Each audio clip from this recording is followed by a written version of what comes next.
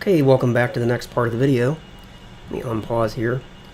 In the last video, we got the XR2 fueled up and ready to head back to Earth. And our intended goal is to arrive at Earth and in plane with the ISS and then use the atmosphere as a brake so that we can not have that large fuel expenditure. And then, of course, we'll rendezvous with the ISS eventually. And then after that, we'll deorbit, we'll undock, deorbit, and land back at KSC. But before we can do any of that, we've got to get up off the moon and head out. So let's go ahead and do all that now.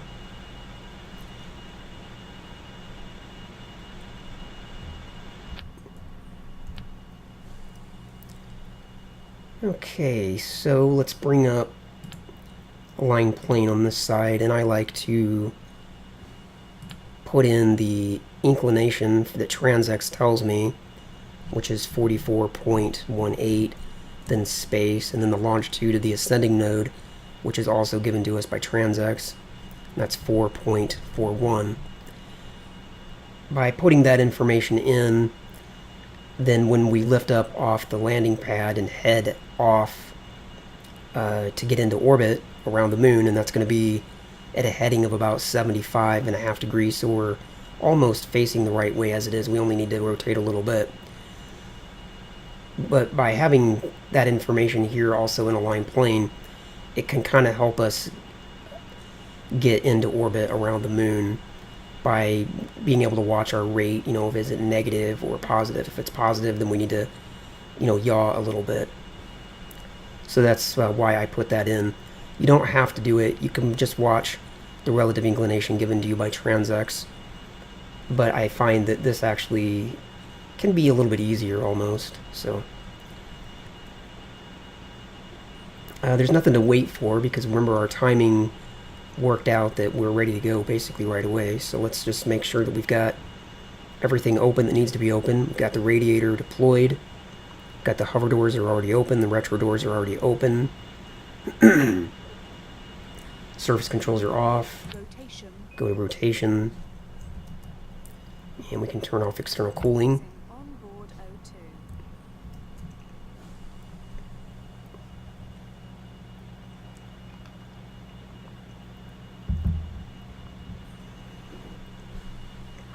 O2. And let me just go over things here in my mind. I like to just take a mental moment for myself before I lift up. Make sure I know exactly what I'm doing.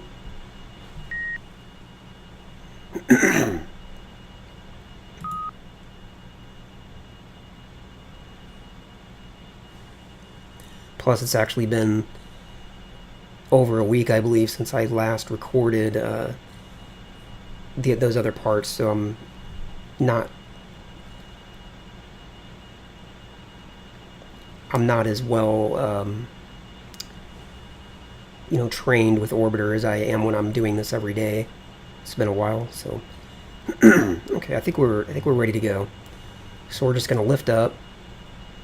We're just going to rotate over here to this point, and then we're going to engage the main engines and head out. Wheels up. Okay, APU offline. start the APU. Rotation. I'm going to press L to keep myself level. I notice sometimes the XR2 tends to kind of tilt itself backwards, and that will actually cause you to drift backwards because the hover engines are on. So raise the landing gear. Gear up and locked. And we're going to rotate to 75.5. It's about right there. Now we'll go full throttle on the main engines. And we'll turn off the hover. Close the hover doors. Turn off that attitude hold now. Pitch up just a little bit. You can see we've already got way more vertical speed than we actually need. Now I'm just going to put in a little bit of yaw here to bring down the relative inclination. There you can see our rate is negative 0.003, so I can actually put in a little more yaw.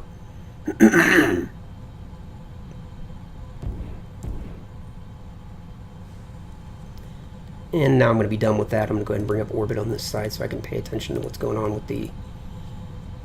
And I'm going to actually start decreasing the main engines already. And on this side, I'm going to swing my green line a little bit. Get it closer to my current position. Swing my line of nodes, rather, the white line. You can see the relative inclination still coming down. Actually losing a little bit of altitude, but that's okay. We're high up. So I'm just going to put in a little bit more pitch, though.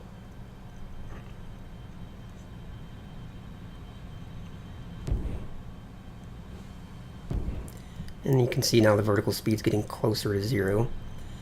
But I slowed myself down a little bit so I would have a little more time to get close, to get more in plane. Put in a little more yaw.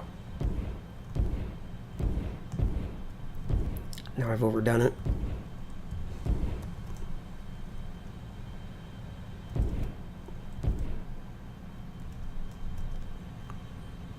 Okay. Now we can go level. And now we just watch the apoapsis. About right there. I'm off by exactly or almost exactly 1 kilometer again. I did the exact same thing last time. Translation. But we're fine. If I press DST, you can see our APR is 1.759. So I can just a couple taps of reverse translation and it's 1.758, which is what we said that we wanted it to be. Over here, 1.758. So now let's switch over to orbit, the orbit HUD. And let's go ahead and go prograde. I'm going to go ahead and use the autopilot to do that. We're 2,700 seconds away from apoapsis, so we've got a little while before we get over to that point. Let's check our relative inclination. We're pretty good, but we can do a little bit of correction there. And we can just use TransX for that. Let me switch over to this view so we have larger MFDs. And the way I do it by using TransX, there's a couple of options. We can either adjust the line of nodes so that we bring the white line to our current position, and then we can do a bit of an adjustment on the relative inclination, or we can just warp time forward until we cross the line of nodes the next time. Since we're so close to being in plane already, I'm just going to do a bit of an adjustment here. Of course, I'm adjusting the wrong thing, so let me fix that. Eject orientation, and we'll just swing that line of nodes right over top of our current position, and now Rotation. Translation. Rotation. actually get myself level. Translation. Now with just a little bit of translation, you can see that relative inclination coming down.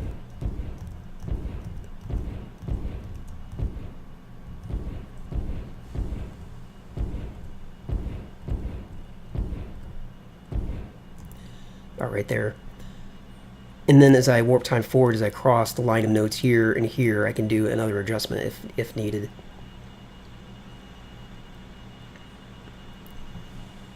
But I think the next thing we're going to do is warp time forward to apoapsis so we can circularize our orbit.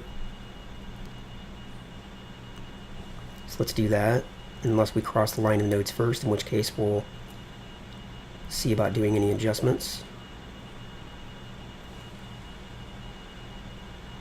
I'm going to set up a maneuver again on this flight, but we won't have to worry about that till we're much closer to the eject point. You can see the line of nodes is actually kind of coming around. That's interesting. So basically what that tells me is that our relative inclination is so low that there's really no adjustment that needs to be made. But I'll check it again once we get more over that way. But for now, let's warp time forward until we're at apoapsis.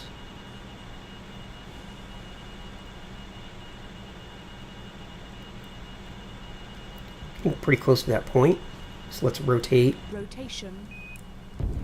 put in 2 taps of yaw, and then we'll use 10x to speed ourselves up so that we get over to the prograde position more quickly.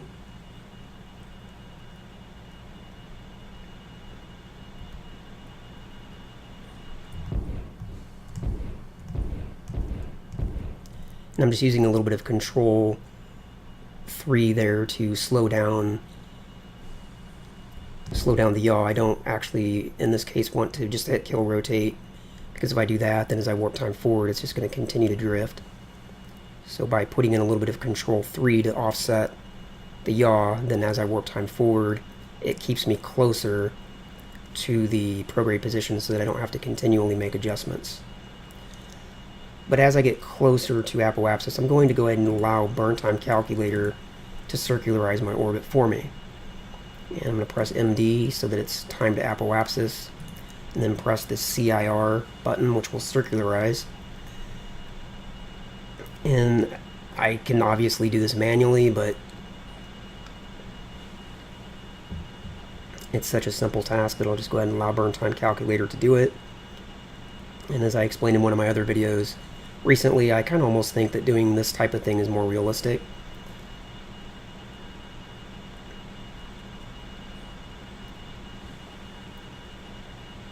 Once we get really close to time to ignition, I will press prograde to allow the autopilot to keep ourselves prograde for that small burst of main engine that's going to be needed to get this orbit circularized. And we can watch orbit MFD over here. See, our PEA is currently 1.7 kilometers, and as we burn here in just 5 seconds, and we're only putting in, it looks like 4 meters a second. And there we have it. Now our orbit's circular.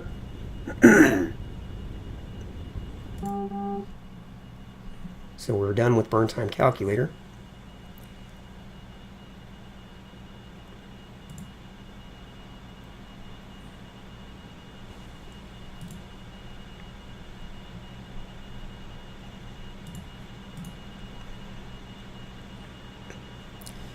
And as I come around here, cross over the line of nodes on that side, again, I will see if I need to do any adjustments with the relative inclination, but I'm going to say no, because again, it's swinging as I'm moving, so that tells me that I'm, already is the relative inclination is already very, very low, so I'm not going to worry about it.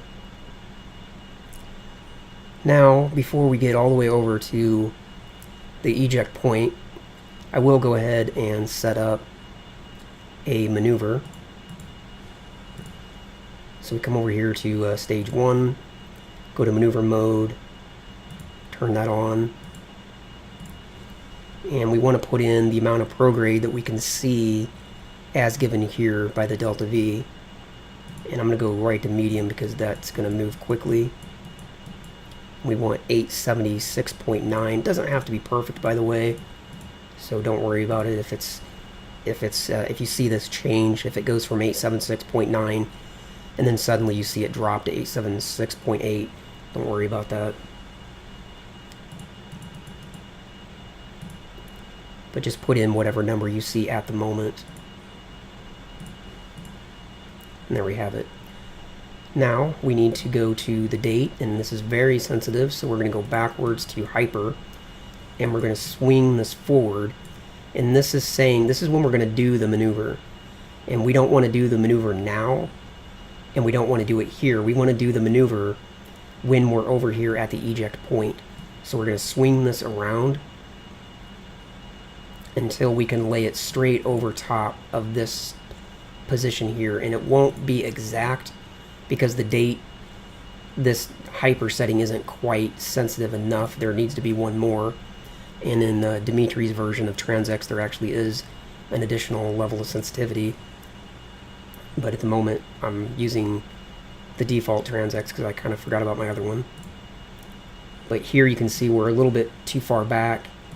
And if we go here, we're a little bit too far forward. So we just want to get it as close to that point as we can. So there it's laid over top. But we have an issue here, and that's our Transx is favoring, one plan over the other. So we're going to come over here to stage 2, and we're going to go through all the variables in the eject plan, and we're going to reset them. So we're here at outward. We're just going to go with that one first, and we're going to reset it. Then we're going to go to prograde, because that's the next one that came up, and we're going to reset that. Then we're going to go to plane change and reset that one. Now that we've done that, you can see that we have the green line here. This is the maneuver. And once I've got the maneuver, what I like to do is come to view setup on this side and change the graph projection from plan to focus, because it just gives me a view that I'm more comfortable with looking at. I think you can do the same thing on this side. If we go to view setup and go to graph projection instead of plan, we can have focus on this side as well, which just looks a little better.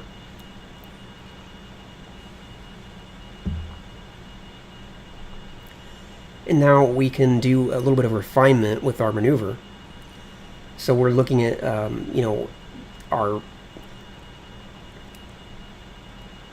our projected orbit back here at Earth. This is according to the maneuver. This is what's going to happen. So on this side, if I go to, here I'm in stage 1, if I go to view maneuver, I can kind of play with these variables a little bit more. And I kind of want to be down to a hyper or alter setting because everything's sensitive at this point. And I want to just get things back to where they were, when I had the other plan set up. Because now we're saying that we're coming in below the surface of the Earth, and we don't want that. And we're saying that we're not going to be that close to the ISS. So by doing just a little bit of refinement here, and you can see these variables are quite sensitive, so it won't take much.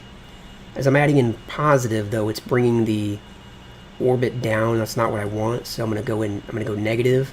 That's putting me farther away from the ISS, but that's okay. We'll fix that with a different variable. But for starters, I just want to make sure that my orbit is up here, above the surface a little bit. Yeah, that's better, something out there.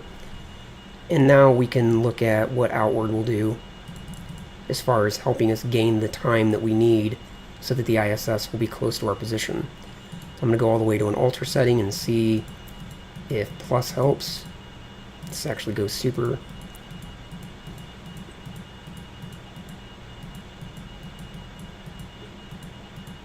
Okay, that's helping, but it's pushed our orbit up here now. So let's go back to prograde, and I believe we'll need negative to bring it down.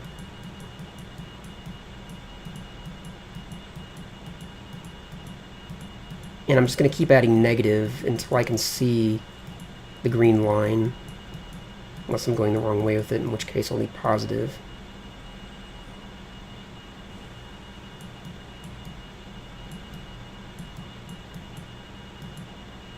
Okay, there. I need to be able to see where the orbit's at. So there, I've got the green line showing up. So let's add in a little more positive to bring that down. And let's go back to outward.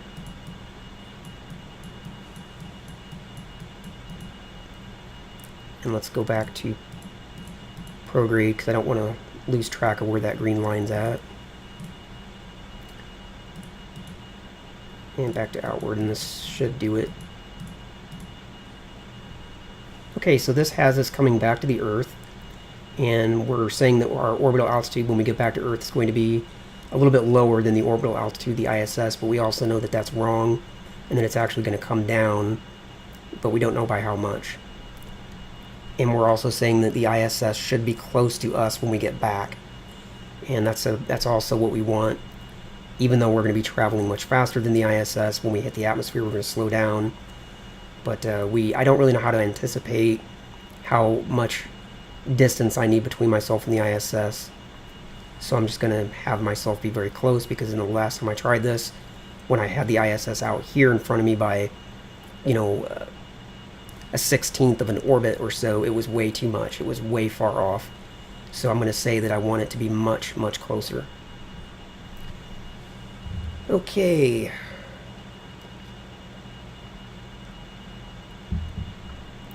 So that's the maneuver. That's what I want it to look like. Now let's warp time forward to get over to the ejection point. Get closer to that point anyway. But let me come to view target on this side.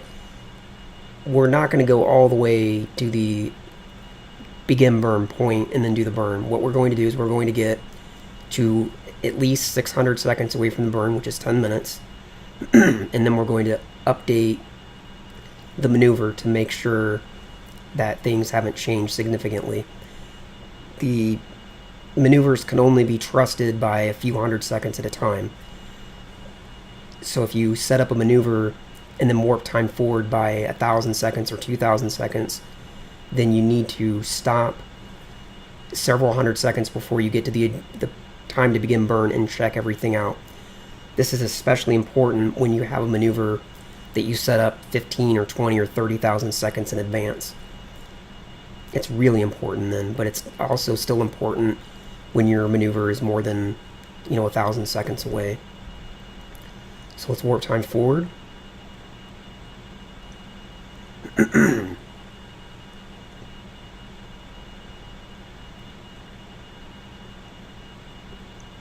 Okay, there we are. We're less than 10 minutes, so let's go back to view maneuver.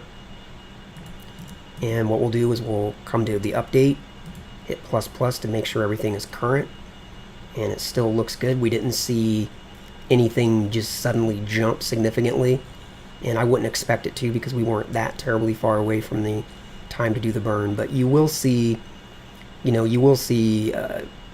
things jump significantly when you warp time forward by 2, 3, 4,000 or 5,000 seconds. When you go back, when you get close to the time to do the burn and you do an update, you might suddenly see your lines jump way off, and then you got to make an adjustment. Okay, but we'll just trust it at this point since we're only 500 seconds out. So let's warp time forward, get closer to the time to do the burn. We're not too far away, so let's go ahead and get rotated now.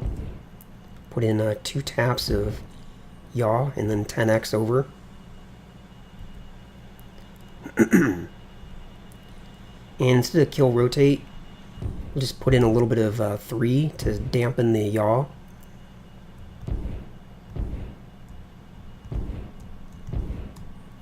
And hopefully that'll do it.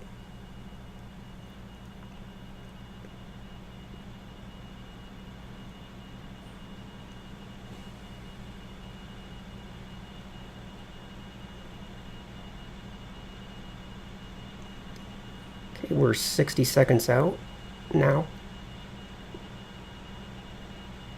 Okay, let's get lined up.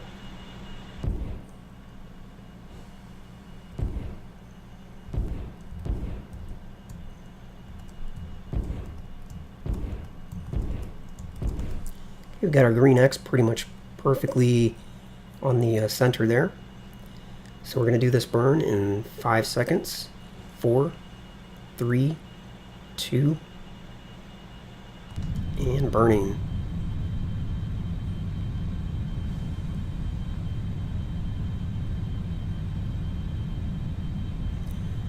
And as I've stated before, the advantage of going through the extra step of setting up the maneuver is that we get view target, and that gives us the ability to put the green X on the center position, which is the equivalent of trying to track the semi-major difference in relative inclination, but it's easier if you do this. Reducing main engines.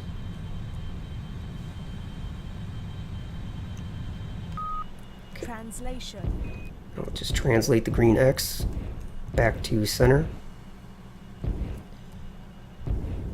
And a little bit of translation for the last couple meters per second.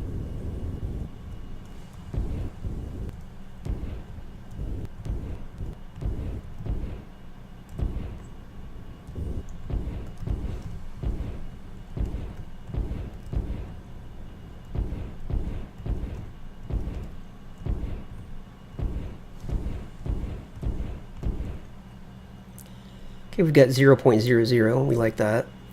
So let's go back to view maneuver and turn the maneuver off.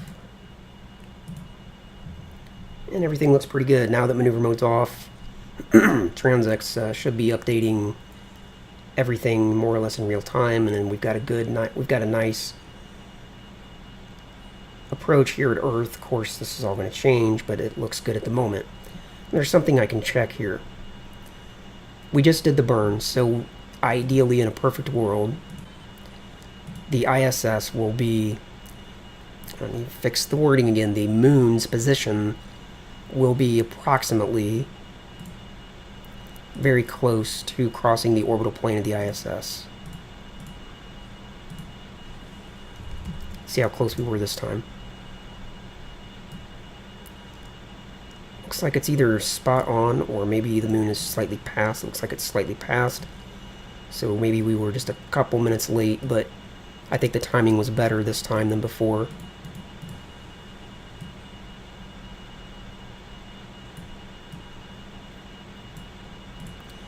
Okay, so this time the moon is a little bit past. So we needed to do the burn. In a perfect world, we needed to do it a little bit sooner, but it doesn't matter. When you're within this vicinity, you know, probably, I don't know exactly what the, how far out you can be, but several hours on either side and you're fine. And I think there might actually be a slight advantage to doing the burn after the moon's passed that orbital plane, just due to the inaccuracies of the MFDs. I think it may actually work out better if you do the burn slightly late. We'll actually find out in this video. Let's go back to the ISS, or rather the XR2. And I'm going to actually go ahead and Control S here, save at this point. And actually, I'll go ahead and end the video here as well. I was thinking that I would just save, but not in the video, but I think I'll go ahead and end this video here and do another part. But the reason I want to save here is because this is it's a good time to save right after that burn's done, so that if you want to pick back up from that point and go back out to the Earth to try different things, then it's really good to save immediately after that burn is done. Another good save point would be after you lift up off the landing pad and get into orbit around the moon and circularize your orbit. It's probably good to save at that point. That way, if you mess something up and you need to start over, then you don't have to start over on the landing pad. You're already in orbit. So anyway, if you like this part of the video, go ahead and leave a comment down below, and I will see you in the next part. Pause. 4.18, then space, and then the longitude of the ascending node, which is also given to us by Transx. That's 4.41.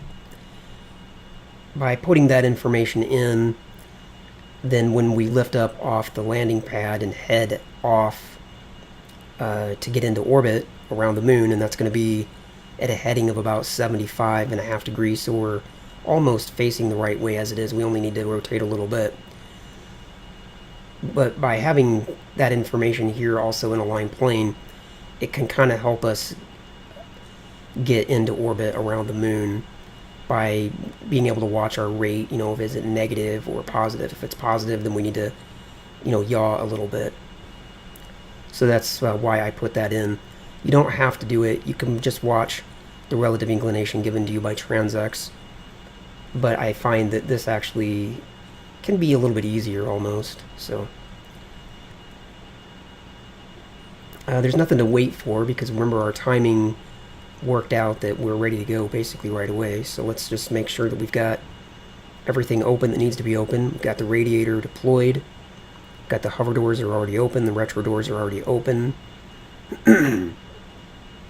Surface controls are off. Rotation. Go to rotation, and we can turn off external cooling. Onboard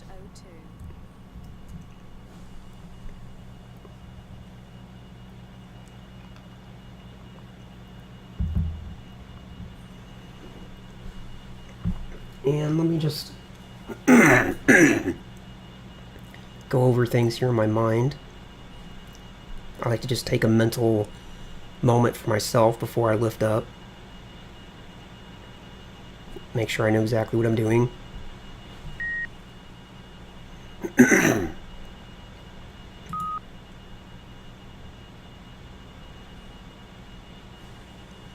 Plus, it's actually been over a week, I believe, since I last recorded those other parts, so I'm not in engines.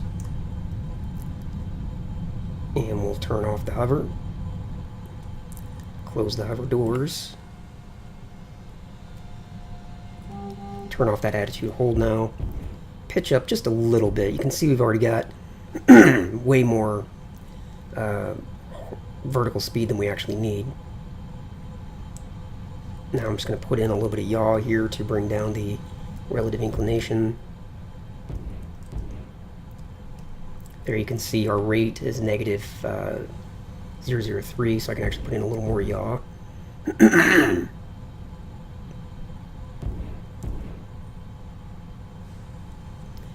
And now I'm going to be done with that. I'm going to go ahead and bring up orbit on this side so I can pay attention to what's going on with the...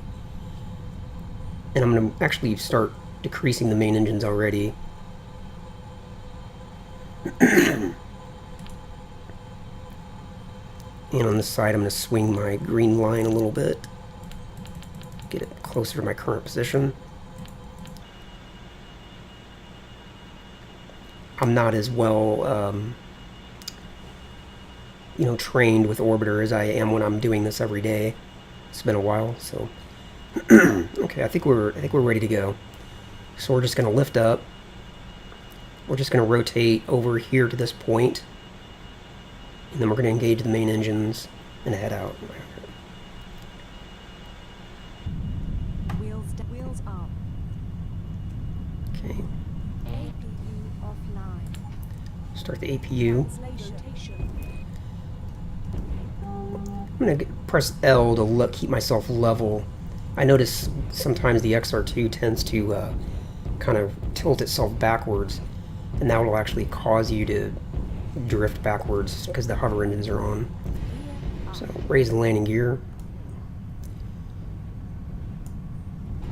Gear up and locked. And we're going to rotate to 75.5. It's about right there. Now we'll go full throttle on the main. Okay, welcome back to the next part of the video. Let me unpause here. In the last video, we got the XR2 fueled up and ready to head back to Earth. And our intended goal is to arrive at Earth and in plane with the ISS and then use the atmosphere as a brake so that we can not have that large fuel expenditure. And then, of course, we'll rendezvous with the ISS eventually. And then after that, we'll deorbit, we'll undock, deorbit, and land back at KSC. But before we can do any of that, we've got to get up off the moon and head out. So let's go ahead and do all that now.